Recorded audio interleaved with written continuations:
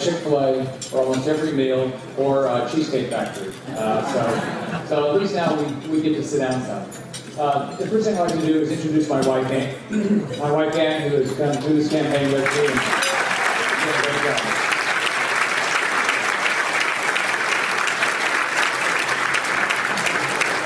So first off, thank everybody in this room for your support during the campaign. Any of you that have run for office, and I know many people here have run for office, you're thankful for anybody that shows up, especially when you're a brand new candidate, you've never run before, and you have no idea if you're going to get any support. So thank you very much. And there's a lot of people in this room that went out of their way early on and were very supportive, and I'm very appreciative. So so we've had a great, I guess it's 2 months today. It's March 4th, I think. So 2 months today, and what I try to do is live up to exactly what I said during the campaign. So nobody should be surprised. If you're surprised that I'm going to cut taxes, you didn't read anything I put out. If you're surprised that I'm trying to hold government accountable, you're shocked. You saw none of those unbelievable number of answers we bought. So we're absolutely following our steps. 7 steps to 700,000 jobs. Today, the first thing we did was I put out an executive order that froze all regulations. And so I was shocked. There's 900 regulations about to go into effect. 900 new regulations that I'm sure all of you would have enjoyed. Second, taking over the state government is like taking over a business. You got to start controlling the checkbook. So the next thing we did, the second order was we're going to look at every contract for more than $1 million. And we're going to have the governor's office look at all those contracts. There's so many things that just go on that when you're governor, you have no idea. So we're trying to take control of all those things. So, and then we're trying to put in the best people. So I brought in a lot of great people. This is the time to find great people. I brought in Corrections Ed Buss, who ran Corrections for Mitch Daniel up in Indiana. He's doing a great job with corrections. Wansley Walters, who's done a great job down in Miami with juvenile justice. Herschel Vineyard, who is doing a great job. He came out of the shipyard business to environmental protection. Billy Bazette, DCA. I'll tell you, running for statewide office, one agency that everybody disliked was DCA. So Billy is downsizing that quite a bit because no one likes the process that we've been going through. And if you run statewide office, you hear time and time again that our state slows things down so much that it's just easier to do business in another state, and that's what's been happening to us. But you go piece by piece, we found great people to run these agencies. People that have come out, a lot of them have come out of the private sector, never worked, never run for office, never been in the public sector before. The guy who's running Children's and Families, 25-year experience at Accenture, retired. We've got great people. And that's how we're going to turn the state around. We're streamlining.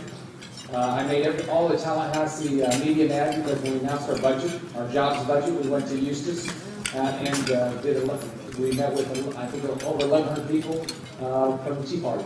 And so, first off, thank everybody involved in the Tea Party because through the whole campaign, I'm sure Alan wants to say the same thing.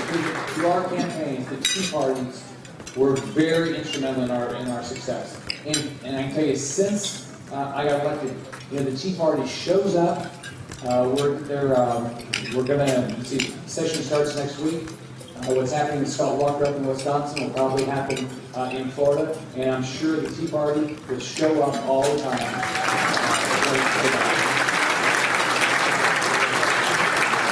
So we put out our budget. We're walking into a $3.6 billion budget deficit. So we cut the budget over $5 billion.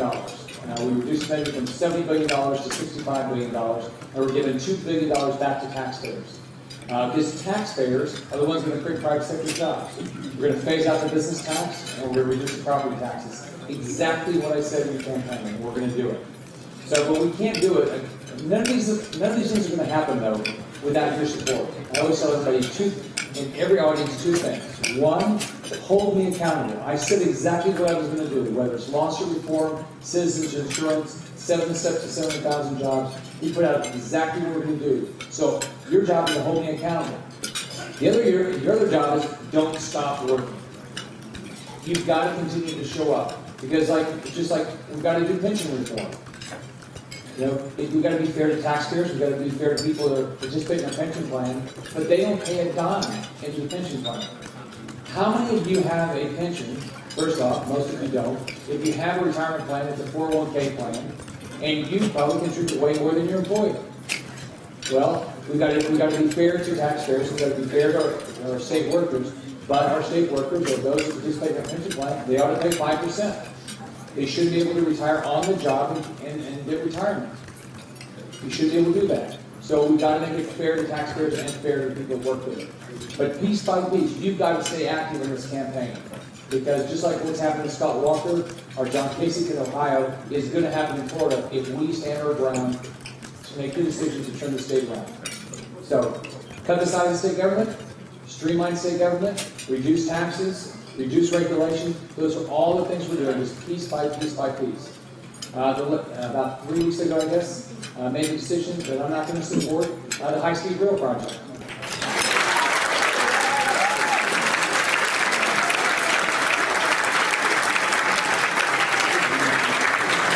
So if you look at the project, the federal government, it's like all the federal government programs. Here's what they do. They give you some money, and they suck you in, and then you're stuck with it for the rest of, it's just like you look at Medicaid. There's all these programs that they get us into these programs, and then we can't afford it. So $2.4 billion they offered, but they're not responsible for the cost overruns. They're not responsible for the operating costs. Let's look down here. You have Tri-Rail. Tri-Rail operating costs are $65 million a year. The fares cover $10 million. So the state covers $35 million. So all of you, anybody who rides Tri-Rail, you should thank everybody else in the room for helping pay for it because they pay for more than they do. On top of that, our local governments pay for part of it down here. So the same thing is going to happen if we did the high-speed rail project. Finally, if it didn't work and we have to give the money back, or if it didn't work and we have to shut it down, we have to get $2.4 billion back. We have to do it. Taxpayers, the state, a project that we didn't pay. So it was Secretary of Budget was furious when I called him. So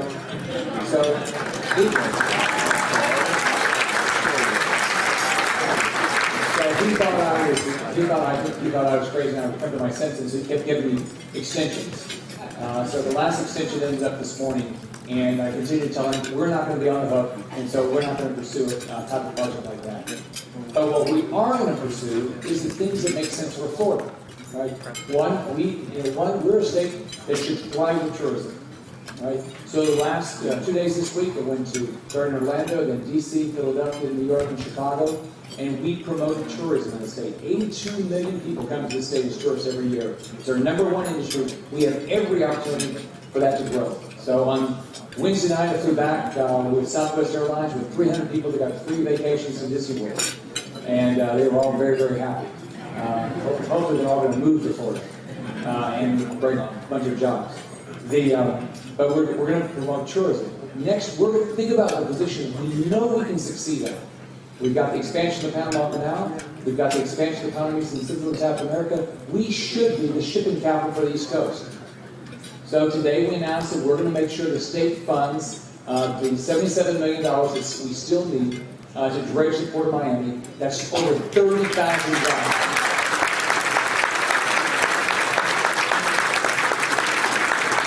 So think about how tough that decision is. $77 million for something that will create over 30,000 permanent jobs, put us in a position, will be the first port in this part of the country that is dredged to 50 feet. So when the Panama Canal is expanded, we'll get all that ship, a lot of that shipping.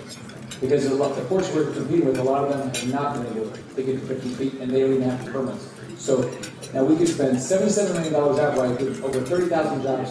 Or we can take the risk of billions of dollars for 5,000 construction jobs with the high-speed rail for 3 years. So everybody acts like, how could you decide this? It's jobs, right? If we just do this simple, logical thing, and think about it, even with the budget reduction, it's $65 billion that we're spending in the state. $65 billion. We can spend that money much better. So we've done that. And then every day I'm talking to business people in the state, and I'm talking to business people around the country and around the world about why they should be doing, one, hopefully people are here, they stay here. If they're having problems with the state government, tell me what the problems are. If it's permitting, if they think that there's an unfair tax or unfair fee, let me know because I want to try to solve it. If you're out of the state, why in the living daylights don't you do business in Florida? You want to freeze to death? Pay high taxes. So the easiest is Illinois. They just raised their taxes 67%. So, and I was on Sunday, I was on CNN with the new governor in Connecticut, and it was great. He's raising taxes when they're losing jobs, and he's going to raise taxes. Eventually, what are they thinking? That none of us care about keeping money in our own pockets rather than just continue to give more money to the government. So we have every opportunity. No income tax. We're going to get rid of the business tax. Right to work state, beaches, weather, Panama Canal expansion, economies of Central and South America. We are going to be the state that wins. Every time I see Rick Perry, I say, Rick, you have done a great job the last 2 years, but it's over. And I saw Chris Christie. I said, why would you even work on New Jersey? New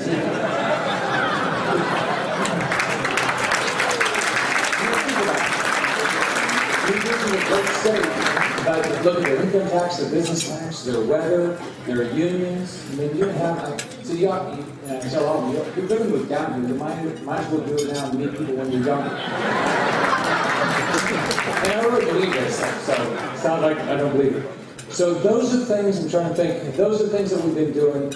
And I can tell you, the people are very interested in moving their businesses and expanding their businesses in Florida. They're very interested. They know that we have a great workforce. And they know that we're very focused on education reform. I have Michelle Reed, who is the chancellor of the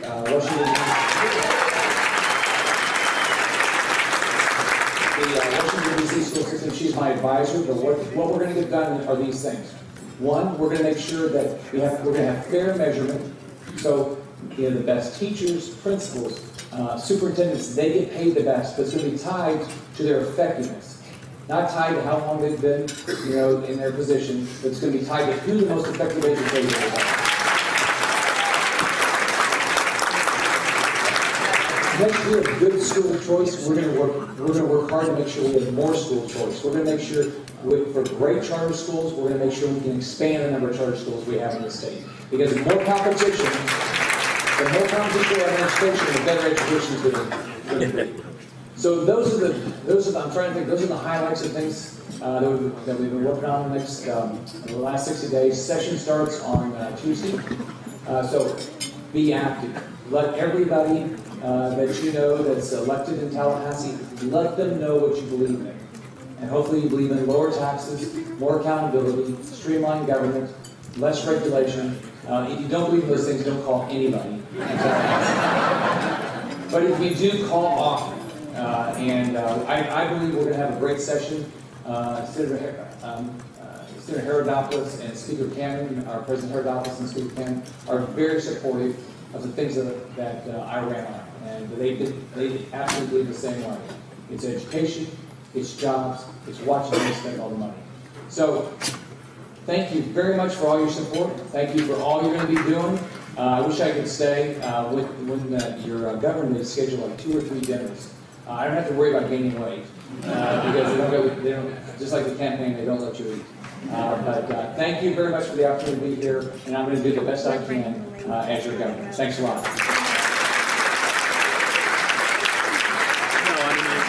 I just want to follow on